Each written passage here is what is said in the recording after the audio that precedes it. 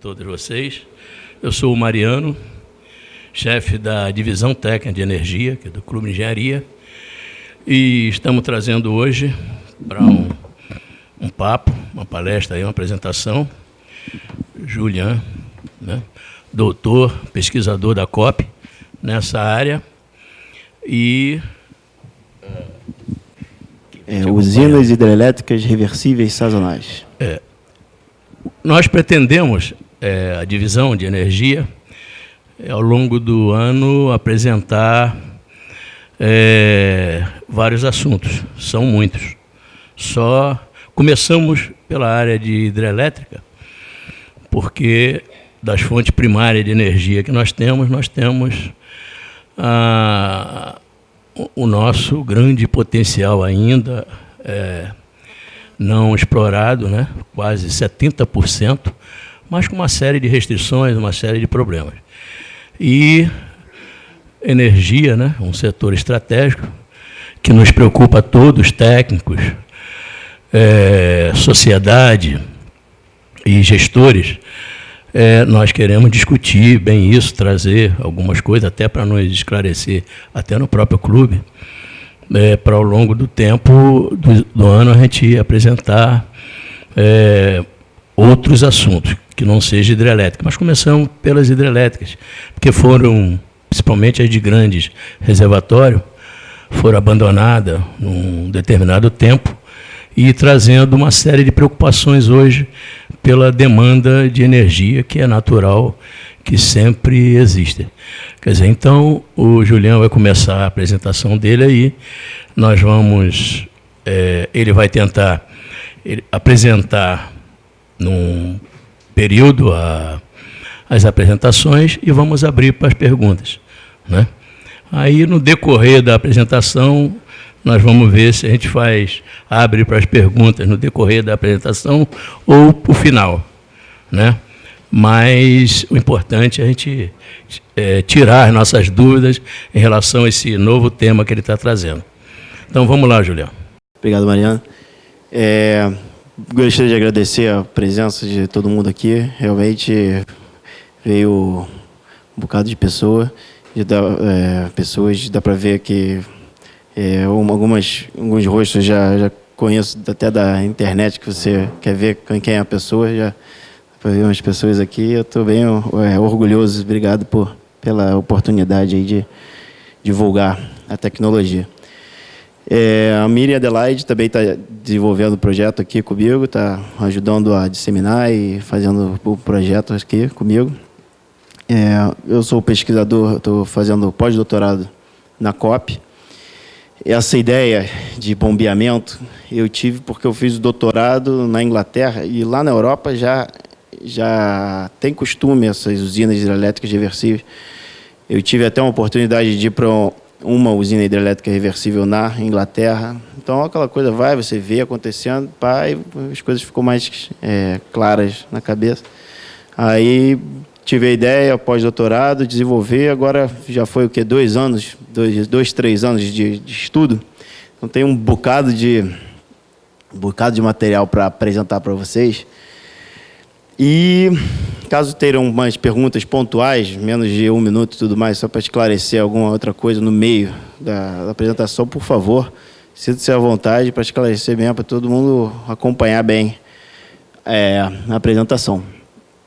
Vamos lá, vou falar na apresentação sobre o setor elétrico, sobre usinas hidrelétricas reversíveis convencionais, sobre as usinas hidrelétricas reversíveis sazonais, sobre os projetos de hidrelétricas reversíveis sazonais no Brasil e os benefícios que as usinas hidrelétricas reversíveis trazem. Então, começando falando do setor elétrico. O setor elétrico, esse mapa daqui, ele dá um esclarecimento bem interessante. Se você for perceber, a capacidade de armazenamento energético do Brasil, ela está bem centralizada aqui nessa região em vermelho. Se você for ver aqui, você tem Serra da Mesa, Furnas, que é Peixoto, que é Nova Ponte, em Tumbiara, Emborcação, Serra do Facão, Esse aqui é Três Marias. Tem outros grandes mais longe, que é Sobradinho, Tucuruí, mas 70% está aqui nessa região. Então, se não chove nessa região durante o período úmido, a gente tem problema sério de gerar energia durante o período seco. E com as mudanças climáticas aparecendo, o que acontece é que o padrão de chuva está ficando difícil de prever. Então, o setor energético está bem vulnerável, está todo mundo já bem careca de saber, né? Então, essa aqui é a situação do setor elétrico no momento. Esses 3 últimos anos que a gente passou, esse gráfico mostra a energia armazenada nos reservatórios. Essa aqui é a demanda mensal, a demanda média mensal. Esse aqui é o armazenamento total dos reservatórios. Durante o período úmido, ele enche, depois do seco, ele esvazia. Só que como 2013, 2014 teve uma disponibilidade hídrica baixa, os reservatórios foram diminuindo, abaixando, chegando no ponto que você tinha menos de um mês de energia armazenada nos reservatórios para suprir a demanda. Então, claro que você tem várias outras tecnologias, fontes de geração, não várias, né? Tem um pouco de térmica, eólica para gerar, e a própria energia geração que caía fio d'água sem ser armazenável em Itaipu e tudo mais. Mas se parasse todas as gerações, a gente teria um mês de armazenamento. Mas como voltou a chover, 2015, e a demanda diminuiu, está previsto que o armazenamento vai chegar a quase 60% no final do período úmido. E como a demanda está baixa, e isso não estava previsto para a EPE, 2017, período úmido de 2017, a gente vai estar mais ou menos aqui, 80%, 90% vertendo, porque a gente não vai ter demanda para consumir toda essa energia que a gente vai estar gerando. Então, em 2 anos, a gente teve uma situação de grave falta de energia, e depois de 1, 2 anos, a gente vai ter excesso de energia por causa da demanda. Então, a gente está numa situação de desperdício e escassez, que uma forma de resolver isso é armazenar quando você tem escassez e gerar quando você tem desperdício. E essa é a proposta que eu vou fazer aqui na apresentação. E vai piorar a crise porque a gente vai ter novas usinas hidrelétricas na região norte, que só vão gerar durante o período úmido. Não só vão gerar, vão gerar a maior parte dessa energia durante o período úmido sem reservatório. Se tiver alguma pergunta só. Um fato interessante também é que o Plano Decenal de Expansão de Energia de 2024, ele sinalizou que é inegável a necessidade de aumentar a capacidade de armazenamento. E a EPE e o Ministério de Minas e Energia não tinham mencionado isso, nem necessidade nenhuma de aumentar o armazenamento. Só que, claro que depois daquele janeiro de 2015, que não choveu quase uma gota e secou todos os reservatórios, eles viram que existe necessidade de aumentar a capacidade de armazenamento. Está previsto o aumento da demanda. Provavelmente isso aqui vai ter que ser ajustado, mas no PDE 2024 está previsto que a demanda vai aumentar 44,9%, só que o armazenamento só 0,9%. E no momento, agora, isso aqui é previsão para 10 anos, agora a gente está precisando de mais armazenamento. Então, tem alguma coisa errada aí, né? Está precisando de aumentar o potencial de armazenamento. Sobre a geração, em 2024, o que vai acontecer é que a participação da da geração hidráulica, ela vai diminuir em relação a hoje. O aumento vai ser, maior parte, na região norte sem armazenamento, que é um problema, né? E eólica e solar vai crescer, a participação da eólica e solar. Então, em 2024, vai ter a necessidade de armazenar energia sazonal, que já está sendo necessária, e anual também, porque tem anos de maior disponibilidade hídrica, anos de menor disponibilidade hídrica. E armazenar energia de fonte intermitente como eólica e solar, Por quê? Porque essas fontes, você não tem como controlar elas. Então, você precisa gerar energia de ponta. Você vai contar com o vento gerar na mesma hora de ponta. É um pouco boa vontade demais contar com os ventos assim. Mas a solar, ela diminui consideravelmente na tarde, porque para de bater sol e você ainda tem um consumo enorme de energia. Então, você vai ter uma necessidade de gerar eletricidade na ponta, que usinas hidrelétricas reversíveis resolve sem problema nenhum, e já resolveu. A primeira usina hidrelétrica reversível, que no caso não é uma bomba, era uma bomba e uma turbina. Foi construída em 1850, com um convênio entre a Itália e a Suíça.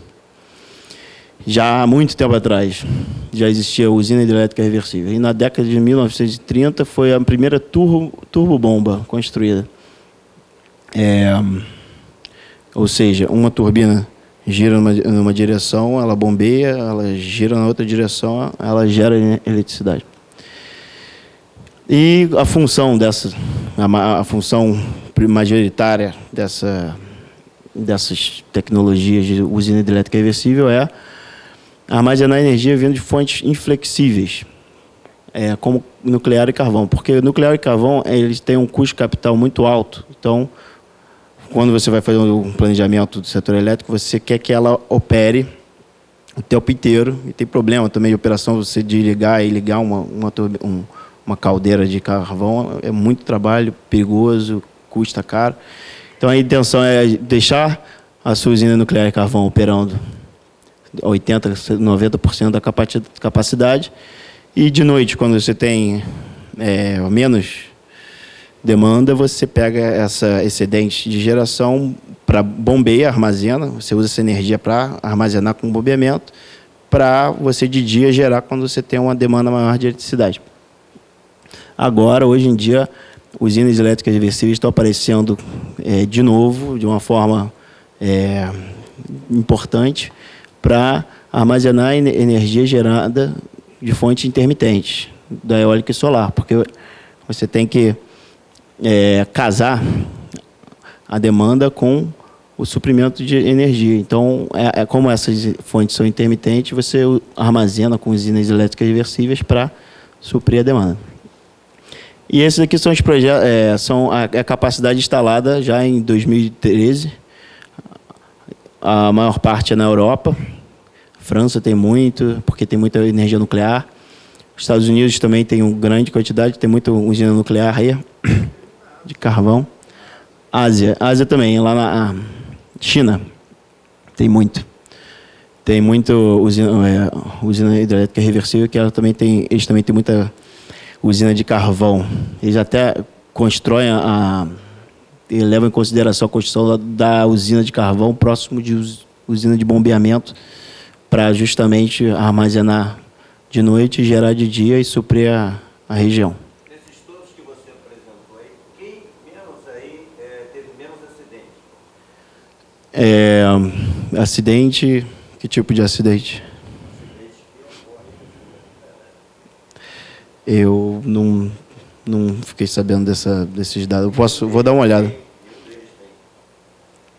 Eu não fiquei sabendo de nenhum acidente grave envolvendo usina hidrelétrica reversível.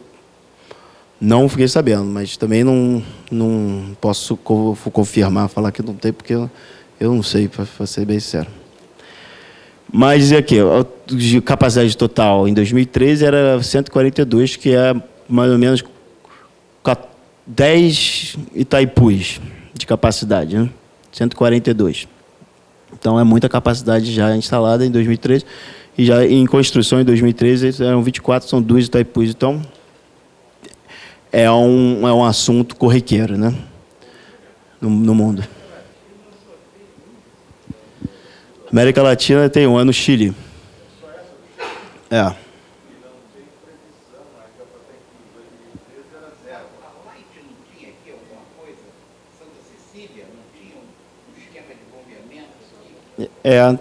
Tem, mas não é reversível. É bombeamento para... Isso. Reversível é que você bombeia e depois na mesma máquina, ou um sistema reversível com 2 máquinas também é chamado reversível, mas a ideia é pegar a água de um lugar e levar ela de volta para o mesmo lugar, com a intenção de armazenar. Então, basicamente, como é que funciona, dá para ver nesse videozinho.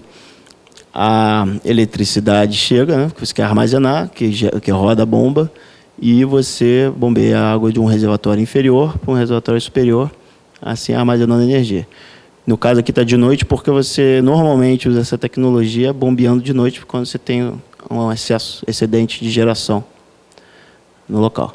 Aí, durante o dia, quando você quer gerar a energia que você armazenou de noite, você manda a eletricidade para a rede elétrica e pega a água que você armazenou aqui em cima e manda aqui para baixo. Então, esse aqui é a usina hidrelétrica reversível. Quando você bombeia, por exemplo, você tem 1 gigawatt, você gasta 1 gigawatt bombeando. Aí enche de noite. 12 horas bombeando, 1 gigawatt. Quando você vai gerar com aquela água toda que você bombeou, você só vai gerar, se você manter todas as turbinas rodando, você vai gerar uma média de 750 megawatts. Porque você tem uma perda no sistema de 25%. 25% é uma média geral, né? Tem bombas, turbinas, exemplos mais eficientes, outros menos eficientes. Então, agora eu vou falar sobre usina hidrelétrica reversível sazonal. Usina hidrelétrica reversível sazonal é o seguinte, aqui, vou começar com a cascata. Uma cascata convencional, o que você tem? Você tem usinas hidrelétricas de reservatórios, aqui são de reservatório. Eu já comecei a representar eles de laranja e azul. Por quê? Porque o laranja são as usinas que estão sendo propostas, inventariadas ou em construção, e as azuis são as que estão operando. Porque eu vou apresentar 13 projetos que eu desenvolvi de usina hidrelétrica reversível sazonal, então você vai ver as coisas, pelo menos já entende o que significa. Normalmente, o que você faz para fazer o aproveitamento hidrelétrico de um rio? Você faz uma série de usinas em cascata. Quando você vai pensar em fazer uma usina hidrelétrica reversível sazonal, você procura um local na cascata onde você pode construir um reservatório paralelo. Você vai construir um reservatório novo, com barragem, com um tubo conectando o reservatório inferior com o reservatório superior. E quando você tem interesse de armazenar, que no caso, nesse projeto eu proponho o período úmido, quando você tem excedente de energia no sistema, você pega parte do excedente e você usa para bombear, armazenar aqui na usina hidrelétrica reversível sazonal. O que acontece? Quando você bombeia, por exemplo, lá no rio Uruguai, que não tem muito reservatório, você vai diminuir a quantidade que você vai gerar na cascata. Então, você vai aumentar ainda mais o armazenamento, porque você vai bombear, você vai armazenar aqui, botar mais um degrau lá para cima, bombear lá em cima e vai diminuir a geração na cascata, porque a água que iria estar gerando na cascata vai ser armazenada. Aí, quando você quiser gerar, você usa a água que você armazenou na usina hidrelétrica reversível sazonal e complementa com a vazão normal do rio e você vai conseguir gerar mais do que você geraria normalmente, porque você armazenou essa água e energia aqui na usina hidrelétrica reversível sazonal. Então, esse aqui é o conceito da usina hidrelétrica reversível sazonal. Então, agora eu vou apresentar os projetos. Eu desenvolvi 12 projetos. Essas áreas daqui são áreas de captação de cada projeto. E eu desenvolvi assim para mostrar que realmente você tem a possibilidade de diminuir aumentar a segurança energética do Brasil, porque esses projetos daqui, sem contar com isso aqui, né? com essa área vermelha. Essa área vermelha é 70% do armazenamento energético do Brasil. Essas áreas daqui aumentam em 140% a capacidade de armazenamento energético do Brasil. Ou seja, 409 gigawatts médio. A gente tem 292. Aumentaria em 409. Então, dobra mais um pouquinho. 140%.